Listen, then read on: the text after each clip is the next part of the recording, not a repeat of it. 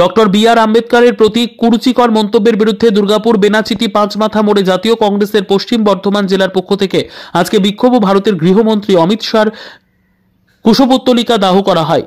এই বিক্ষোভে সামিল ছিলেন কংগ্রেস নেতা সুদেব রায়, পাপলু মজুমদার, মহিলা নেত্রী মেঘনা মান্না ও রবীন গাঙ্গুলি ও দলীয় কর্মী সমর্থকরা। যে কোন শিক্ষিত, কোন শুভবুদ্ধি সম্পন্ন মানুষ সে মতগতভাবে যতই অন্য দল করুক না কেন, রাজনৈতিক মতপার্থক্য থাকতে পারে, কিন্তু একজন মানুষ হিসেবে এত কুরুচি সম্পন্ন মতবাদ তিনি কিভাবে করতে পারেন সংসদে দাঁড়িয়ে?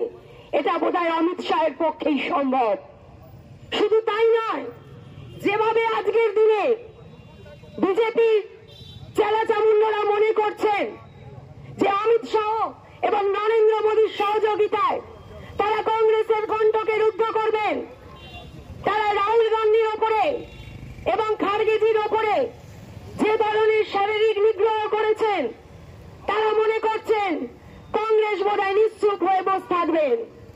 কিন্তু আমি এই এলাকার প্রত্যেকটি জাতীয়তাবাদী মানুষকে বলি, আজকে কংগ্রেসের ওপরে আক্রমণ হয়েছে, আজকে যদি আপনারা নিশ্চুপ হয়ে বসে থাকেন, আপনারা ভেবে দেখুন যে দেশের সংবিধানের স্রষ্টা, যে সংবিধানে লেখা আছে আপনার অধিকার, যে সংবিধান লিখে গেছে মানুষের কর্মের অধিকার, মানুষের বাক স্বাধীনতার অধিকার, মানুষের বেঁচে থাকার অধিকার, মানুষের ধর্মীয় স্বাধীনতার অধিকার, মানুষের অন্যায়ের বিরুদ্ধে প্রতিবাদ করার অধিকার, আজকের সেই সংবিধানের স্রষ্টাকে যে বা যারা আক্রমণ করছে, আজকের দেশের সংবিধান কিন্তু সেইভাবেই আক্রান্ত হচ্ছে।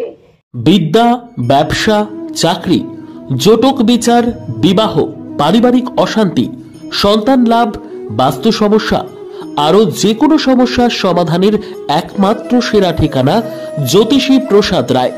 আর দেরি না করে আজই চলে আসুন প্রসাদ রায়ের কাছে। আমাদের ঠিকানা RC80 Bengal Ambuja city centre, Durgapur 16, near Jorhat rotary. Phone নম্বর 7407250555 অথবা 9064620444।